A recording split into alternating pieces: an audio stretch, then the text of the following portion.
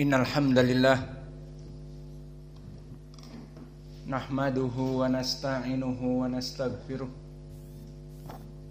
na'udzu billahi min shururi anfusina wa min sayyiati a'malina may yahdihillahu fala mudhillalah wa may yudlil fala hadiyalah wa ashhadu an la ilaha illallah wahdahu la syarikalah wa ashhadu anna Muhammadan abduhu wa rasuluh amma ba'd. Alhamdulillah, pada kesempatan pada hari ini, hari Rabu atau Selasa 23 April 2024, kita lanjutkan kajian di Fakultas Ilmu Hadis dari Sahih Al-Bukhari di Kitab Tauhid. Maka qala al-Imam al-Bukhari rahimahullahu ta'ala, haddatsana Hafs ibnu Umar, haddatsana Syu'bah an Qatadah, wa qala li Khalifah, haddatsana Yazid ibn Zurai' an Sa'id an Qatadah an Abil Aliyah an Ibni Abbas radhiyallahu anhuma an Nabi sallallahu alaihi wa ala alihi wasallam fima yarwihi an rabbih qala la yambagi li abdin an yaqula innahu khairun min Yunus ibni Matta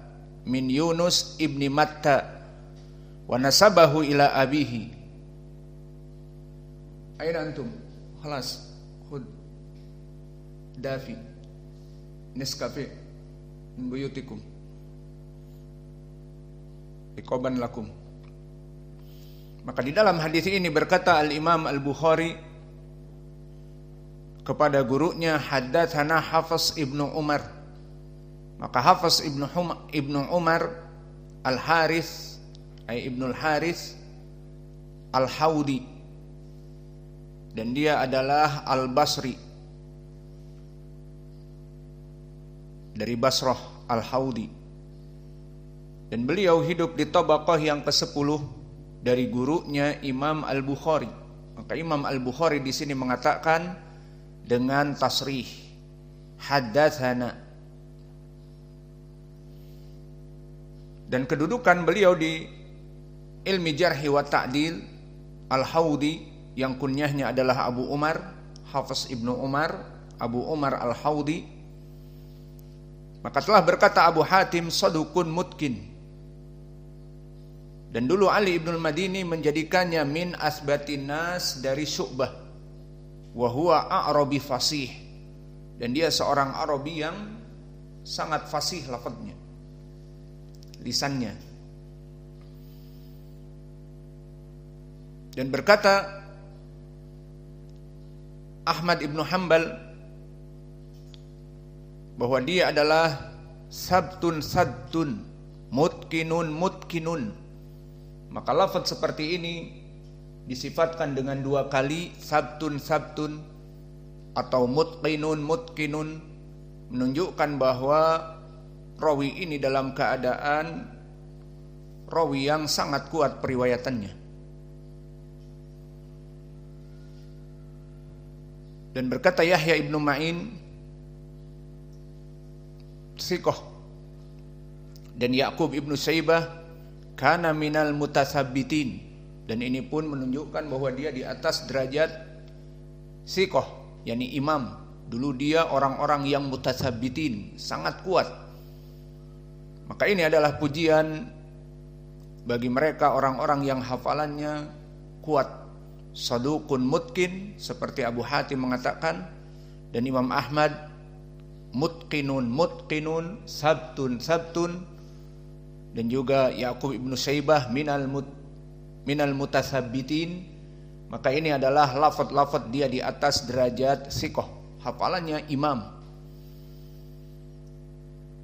Kemudian meriwayatkan Imam Al-Bukhari, haddatsana Syu'bah. Maka Syu'bah ma'ruf Ibnul Hajjaj Abul Bustam, dilaqabi oleh Yahya ibnu Ma'in dan Sufyan Ats-Tsauri.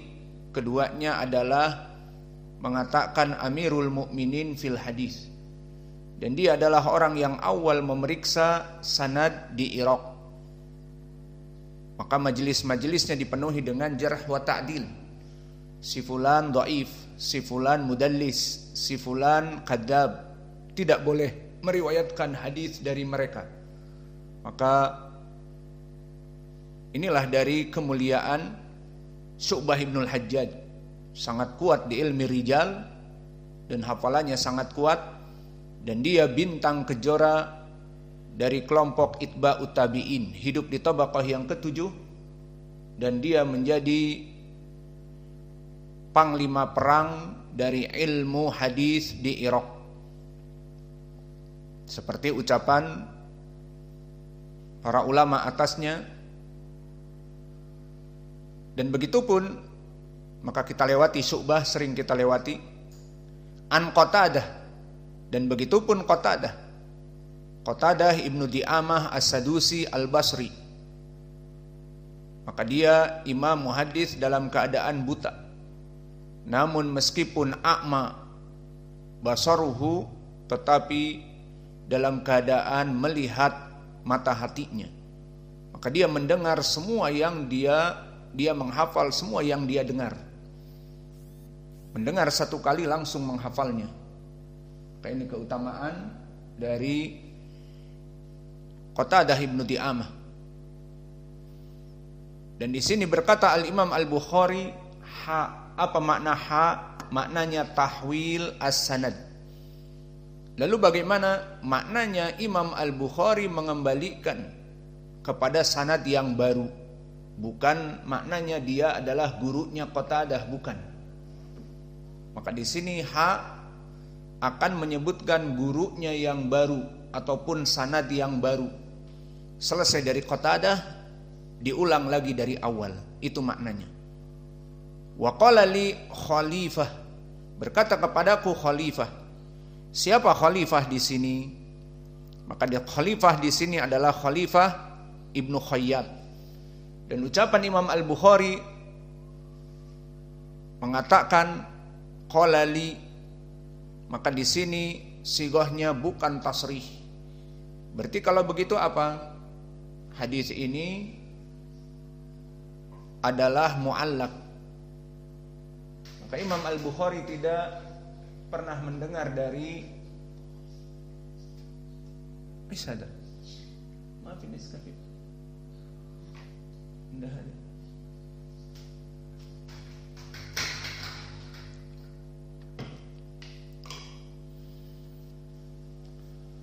Maka disebutkan di sini qalali, maknanya periwayatan yang tidak sharih. Maksudnya bagaimana? Mu'allaq. Karena zahirnya Khalifah Ibnu Khayyat dia di tabaqah yang ke-7 sama dengan Syu'bah. Maka zahirnya Imam Al-Bukhari tidak mendengar. Maka qalali hanya sekedar periwayatan yang bukan tasrih. Lalu apa tujuannya kalau begitu? Hanya sekedar menambah kekuatan dari sanad yang pertama. Dan sanad yang pertama dari Hafs Ibnu Umar, Hafs Ibnu Umar minal mutkinin. Tidak syak lagi sanad yang pertama dari Hafs Ibnu Umar, dari Syu'bah, dari Qatadah, sanad yang sangat sahih, imam semuanya. Syu'bah imam, Qatadah imam, Hafs Ibnu Umar tadi dikatakan minal mutasabbitin. Maka sanad yang pertama jelas tidak dipungkiri lagi sanad yang sahih sekali. Adapun kenapa Imam Al-Bukhari menyebutkan sanad yang kedua mentahwil qala li Khalifah dan dia Ibnu Khayyat, maka di sini hanya sekedar memberikan faidah dari jalan yang lain. Dan kedudukan Khalifah Ibnu Khayyat pun dalam keadaan majhulul hal. Maka di sini Imam Al-Bukhari mengulang sanad, tujuannya hanya sekedar memberikan faidah ada jalan yang lain. Dan tidak butuh untuk menguatkan sanad yang pertama karena sanad yang pertama sahih.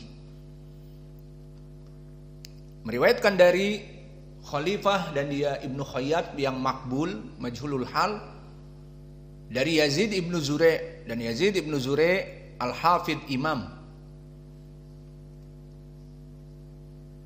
Dan dia hidup di tabaqah yang ke-8. Maka Yazid ibnu Zurei masih di bawah Syu'bah dari segi usia.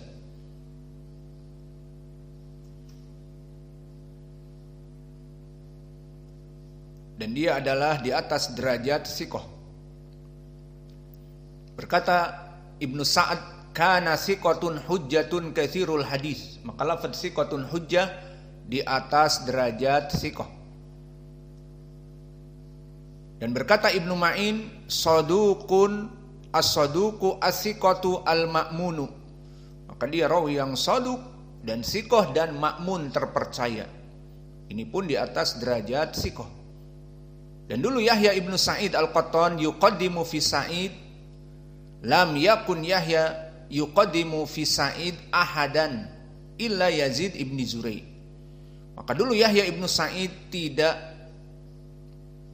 mendahulukan pada Sa'id ibnu Abi Arubah kecuali Yazid ibnu Zurei.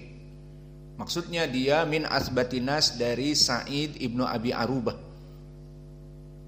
Dan berkata Abu Hatim siqatun imam. Dan ini pun lafaz dari dia di atas derajat siqah. Dan berkata Imam Ahmad, kana raihanatul Basrah. Perhatian lafaz ini. Kana raihanatul Basrah. Ini lafaz apa? Pujian. Naam. Raihanah adalah anak kita. Dan makna raihanah dipergunakan oleh ulama, dia adalah bunga yang harum yang semerbak. Maka dimutlakkan dengan raihanatu al-Basrah, dia adalah bunganya Basrah. Maksudnya orang yang terkemuka di Basrah. Dan itu kebiasaan dari para ulama di zaman dulu. Jika misalnya di Irak ada orang yang alim, disebutkan kana raihanatul Iraq. Seperti di sini, raihanatul Basrah. Yazid ibnu Zurei adalah bunga yang harum dari Basrah. Dan itu juga dilafaz di zaman now. Mungkin antum pernah mendengar laqab raihanatus Syam. Maka Syekh Al-Albani dilaqabi dengan raihanatu asy-Syam. Maka dia adalah bunga yang harum dari negeri Syam. Alhasil Imam Ahmad memuji beliau dikarenakan beliau di atas derajat siqah, disebutkan kana raihanatul Basrah, bahwa dia adalah bunga yang harum dari Basrah. Dan beliau meriwayatkan dari Qatadah di sini an Sa'id pertama. Dan Sa'id di sini ibnu Zurei. Afwan, Sa'id ibnu Abi Arubah. Yazid ibnu Zurei meriwayatkan dari Sa'id, maka Sa'id ibnu Abi Arubah. Dan Sa'id ibnu Abi Arubah imam, muhaddis, dan juga min asbatinas dari Qatadah. Maka orang-orang yang paling kuat periwayatan dari Qatadah banyak. Dan di antaranya adalah Sa'id ibnu Abi Arubah di dalam sanad ini. Dan Sa'id ibnu Abi Arubah dari imam muhaddis, yang mana dia pun mempunyai murid yang muridnya paling kuat dari dirinya, yakni Yazid ibnu Zurei. Maka di sini kita mengetahui bagaimana kedudukan sanad ini sangat kuat. Dari Yazid ibnu Zurei min asbatinas dari Sa'id ibnu Abi Arubah, Sa'id ibnu Abi Arubah min asbatinas dari Qatadah. Maka inilah kenapa Imam Al-Bukhari memasukkan jalan yang kedua, meskipun jalan ini jalan yang kepada khalifahnya bermasalah. Namun ingin meriwayatkan bahwa dari khalifah mendengar dari sanad yang kuat, dari Yazid ibnu Zurei, dari Sa'id ibnu Abi Arubah, dari Qatadah. Kemudian dari Qatadah baru an Abil Aliyah. Maka siapa yang jadi korban pertanyaan?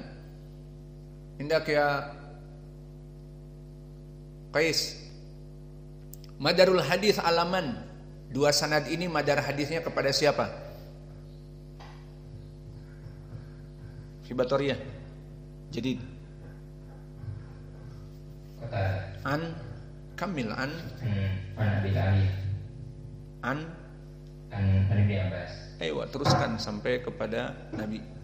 Maka di sini madarul hadis dari dua sanad adalah Qatadah.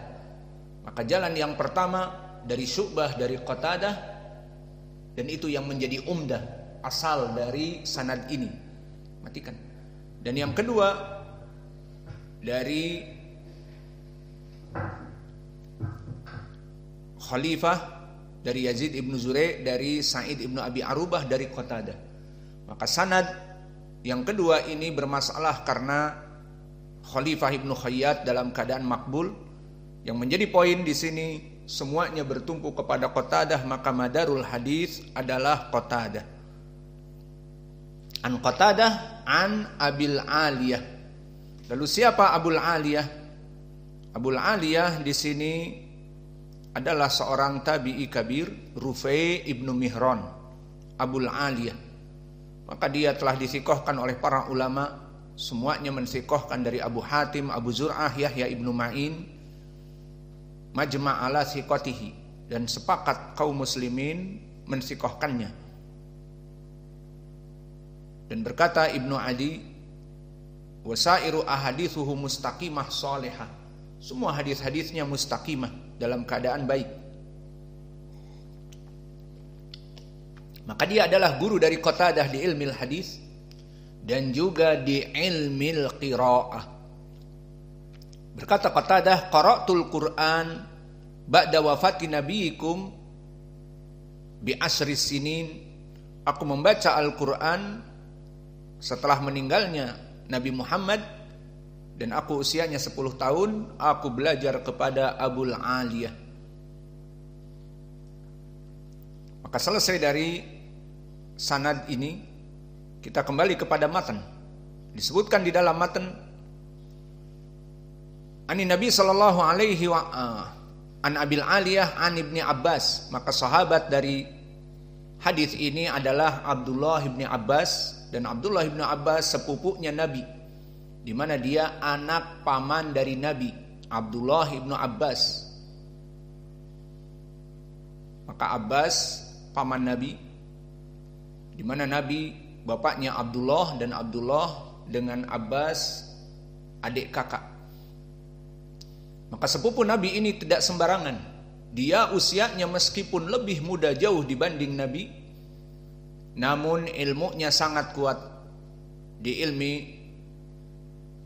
Al-Quran, tafsir, dan yang lainnya dari berbagai ilmu. Sesuai doa Nabi kepadanya di hadis yang muttafaqun alaih, bahwa Nabi mendekapnya di saat Nabi masuk ke WC dan dia membawakan air untuk beristinja Nabi. Kemudian setelah keluar, Nabi beristinja dan keluar memegang dan memeluk Ibnu Abbas. Kemudian mendoakan, Allahumma alimhul kitab wa faqihu fid din. Allahumma faqihu fid din wa ilmi ta'wil.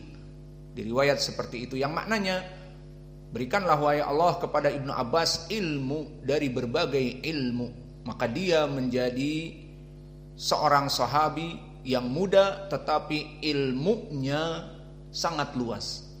Sehingga di saat Amirul Mukminin menjadi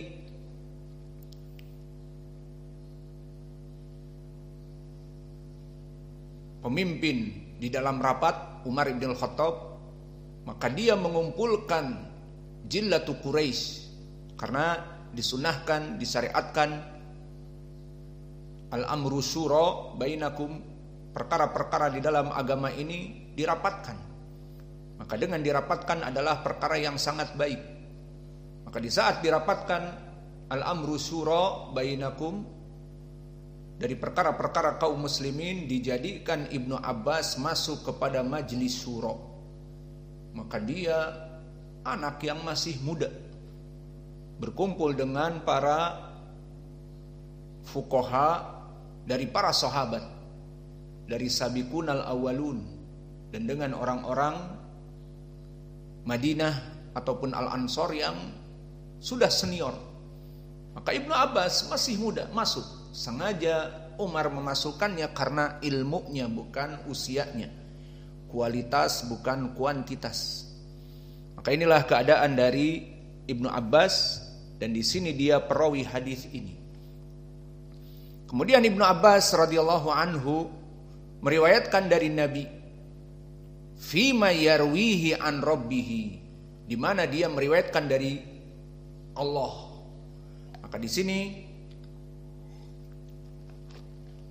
poin pendalilannya dari ilmil akidah dan kitab tauhid, kita mensifatkan untuk Allah, Allah itu berbicara dan Allah itu meriwayatkan. Dan makna meriwayatkan yakni memberikan khobar kepada Nabi, berbicara. Itu maknanya. Apa ucapannya? Dan ini poin pendalilan di dalam kitab ini. Selesai. Fima yarwi an rabbihi, di mana dia meriwayatkan dari gurunya.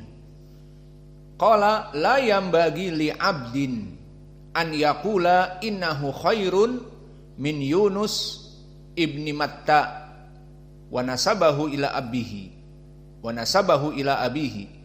Maka di dalam hadis ini disebutkan layan bagi li abdin, maknanya tidak pantas, tidak boleh bagi seseorang untuk menyebutkan innahu, bahwa dia Nabi Muhammad itu khairun, lebih baik daripada Yunus ibnu Matta wa nasabahu ila abihi, dan dinasabkan kepada bapaknya.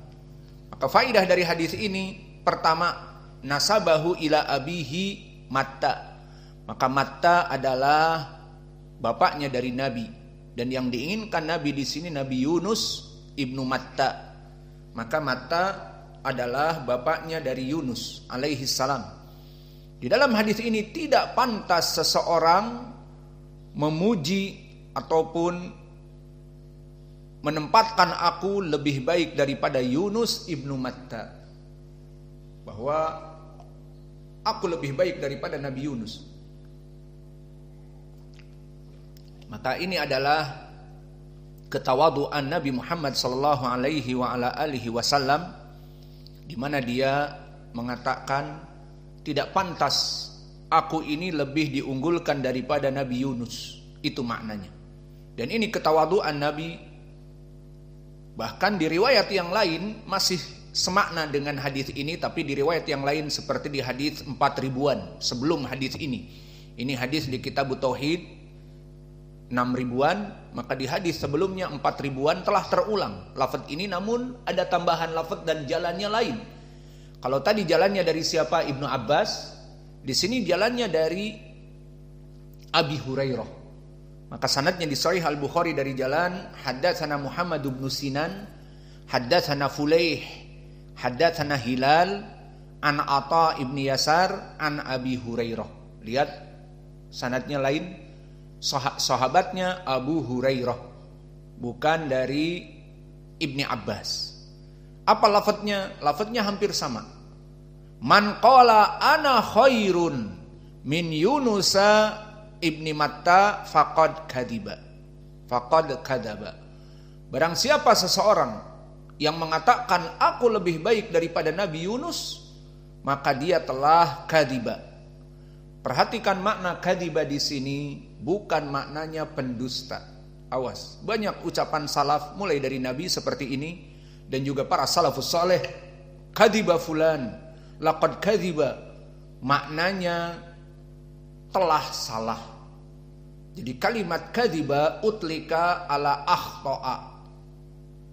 Faidan idza mathalan tasyajara bainana, ada persengketaan di antara kita dari berbeda pendapat, qala fulan kada wa kada, naqul kadiba fulan. Laisa makna dzalik ana kadzab.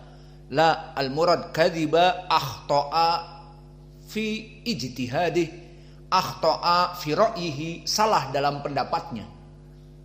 Hada makna kadiba wa utliqa kadiba ala akhta'a. Idan intabih. Wa hada katsir kama qalat Aisyah, man qala Rasulullah sallallahu alaihi wasallam kada wa kada faqad kadiba. Dan ini persaksian Aisyah banyak di hadis-hadis. Di antaranya hadis tentang melihat Allah. Man qala anna Muhammadan ra'a rabbahu bi'ainaihi faqad kadiba. Barang siapa yang mengatakan Nabi Muhammad melihat Allah di dunia ini dengan dua kepalanya, bisa melihat Allah gitu, maka telah dusta. Karena Allah berfirman, la tudrikuhumul absar. Yudrikul absar wa huwa la tudrikumul absar wa huwa yudrikul absar. Dan begitupun ucapan hadis innakum lan tarawni hatta tamutu. Hadis Abi Umamah diriwayatkan oleh Imam Muslim mu'allaqan dan disahihkan di riwayat yang lain.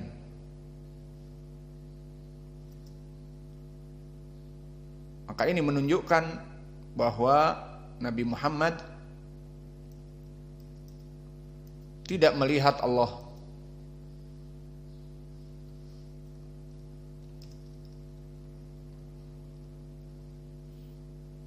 Maka dinafikan oleh Aisyah dengan sebutan qad kadziba.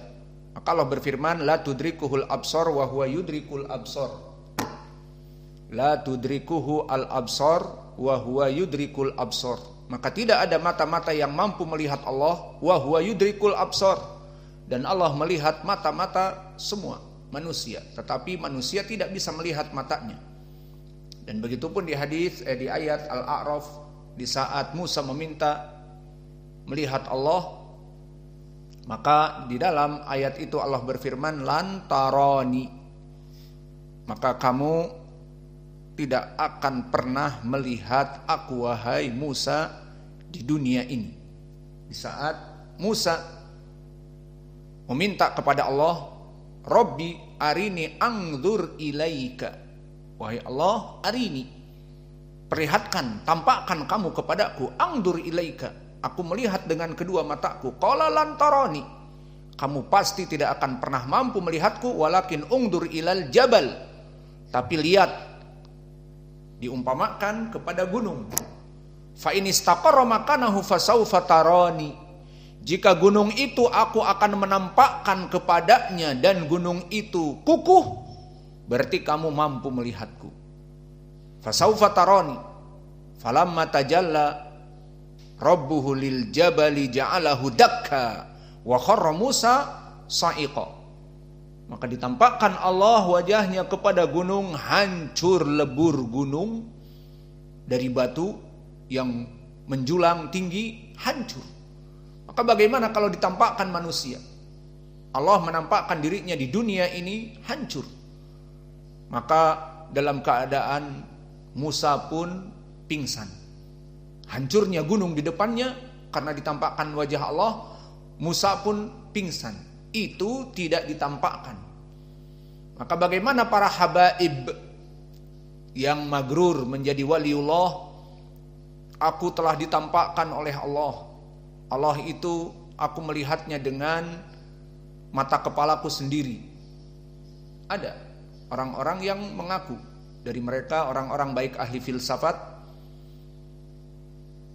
ataupun mereka orang-orang sufi yang mengaku dirinya sudah dekat dengan Allah, para habaib melihat Allah. Maka lihat Nabi Musa, nabi yang paling kuat dan paling dekat kepada Allah, tidak mampu. Dibandingkan oleh Allah, jika gunung mampu maka kamu akan melihat aku. Maka di saat Allah menampakkan dirinya lil jabal ja'alahu dakka, hancurlah gunung, wa kharra Musa sa'iqa, maka Musa jatuh pingsan. Maka Nabi Muhammad tidak bisa melihat Allah. Maka oleh sebab itu berkata Aisyah, man qala anna Muhammadan ra'a rabbahu faqad kadziba. Barang siapa yang mengatakan Nabi Muhammad di dunia ini melihat Allah secara terang-terangan, maka dia telah salah. Jangan ditafsirkan berdusta. Kembali kepada masalah. Barang siapa yang mengatakan aku lebih baik daripada Yunus ibnu Matta, faqad kadziba, faqad kadzaba. Maknanya bukan dia telah dusta, tetapi telah salah pendapatnya. Maka ini kita katakan tadi, kenapa dari ketawaduan Nabi. Kenapa?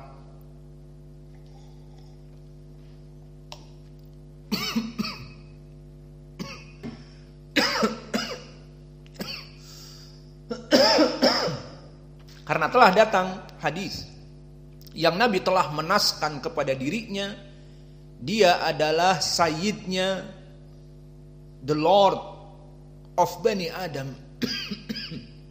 Dia adalah sayyidnya Bani Adam. Maksudnya Dia adalah tuannya dari Bani Adam semuanya, dan Yunus dari Bani Adam. Maka telah datang nas hadis bahwa Nabi adalah sayyidnya daripada seluruh manusia dan masuk kepadanya para nabi yang lain. Di hadis yang diriwayatkan asalnya muttafaqun alaih dari Abi Hurairah tentang hadis yang panjang, bagaimana para nabi tidak sanggup memberikan syafaat. Maka di dalam hadis yang menjadi poin diriwayatkan oleh Imam Muslim dari Abi Hurairah, berkata Nabi kita Muhammad sallallahu alaihi wa ala alihi wasallam, ana sayyidu walad Adam yaumal qiyamah wa awal man